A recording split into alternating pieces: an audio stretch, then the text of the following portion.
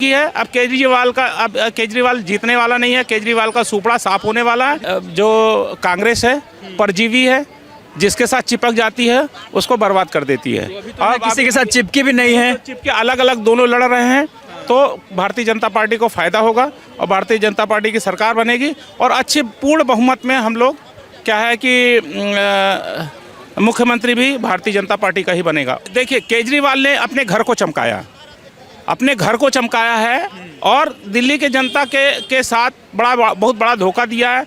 उसने बोला कि हम स्कूल मोहल्ला क्लिनिक, आज मोहल्ला क्लिनिकों की हालत देख लो, वहाँ सुअर और क्या कहते हैं लोग जुआ सट्टा शराबबाजी चल रही है। अभी पंजाब में क्या किया, पंजाब में क्या दिया, क्या नहीं दिया, झूठा वादा। वो केवल मात्र झूठा वादा करता है, तो झूठे वादे में कुछ नहीं होने वाला। और अभी देखो मोदी जी ने कितनी बड़ी सौगात दी है, मकान आपने देखा कितने लोगों को मकान दिया। तो भारतीय जनता पार्टी के जो कर्मठ कार्यकर्ता हैं वो जो बोलते हैं वो करते हैं। हम भी जो बोलते हैं, हम लोगों ने क्या बोला, रोटी कपड़ा और मकान, सबको शिक्षा सबको काम, जहाँ झुकी वही मकान। आपका शुभ नाम? राजेंद्र कुमार वर्मा है। दिल्ली में चुनाव होने वाले हैं वर्मा जी, क्या लग रहा है माहौल? भारतीय जनता पार्टी की सरकार बनेगी।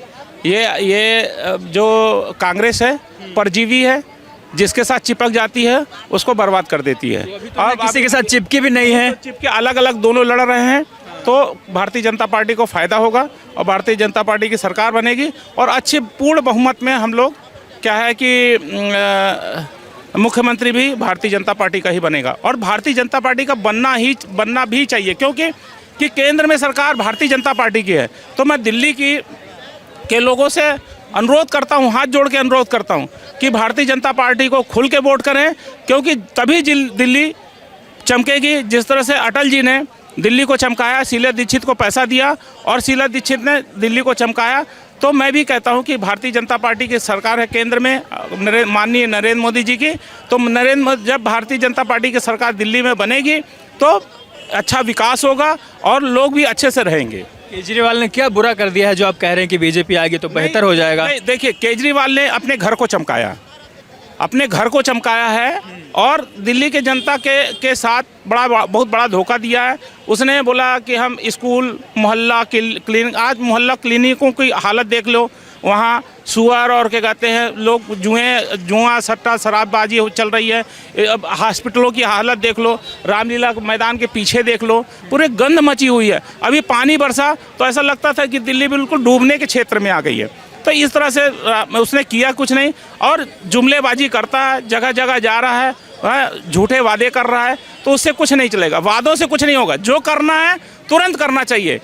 झूठे वादे करने से जनता अब समझ चुकी है। अब केजरीवाल जीतने वाला नहीं है। केजरीवाल का सुपड़ा साफ होने वाला है। अभी वो दावे किए हैं कि 18,000 रुपये देंगे पुजारियों को और ग्रंथियों को। अभी देखो रामलीला यहीं पर ये मतलब ये जो कनाट प्लेस का मंदिर है ना, प्राचीन मंदिर हनुमान जी का, वहाँ पर बोले थे हम आएंगे, फिर आए नहीं, झूठे। हाँ, मंगलवार को आने वाले थे, आए नहीं और झूठ बोल के, और वो केवल मात्र झूठ है। पहले भी झूठ बोलता था, किरण बेदी से भी उसने झूठ बोला और वो ऊपर चढ़ गया था, कूद रहा था कि मैं कूद जाऊंगा अगर मेरे को कह रहा था ना। तो वो केवल मात्र झूठ बोलता है। पहले बोल रहा था कि हम कुछ नहीं लेंगे, हम ऐसे ही चलेंगे। तो ये सब चीज़ें झूठे वादे हैं। अब जनता समझ चुकी है, इसलिए केजरीवाल को वोट नहीं करेगी।